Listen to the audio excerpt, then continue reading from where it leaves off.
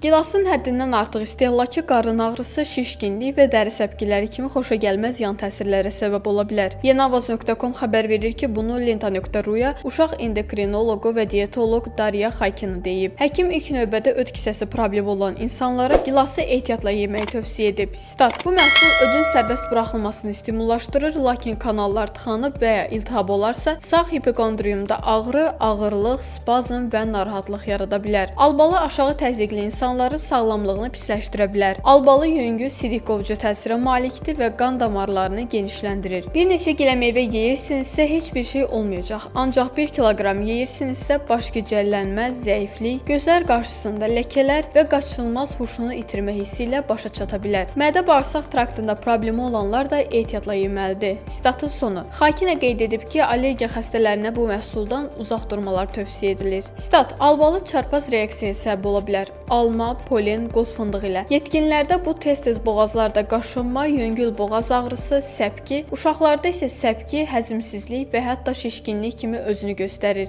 Statın sonu.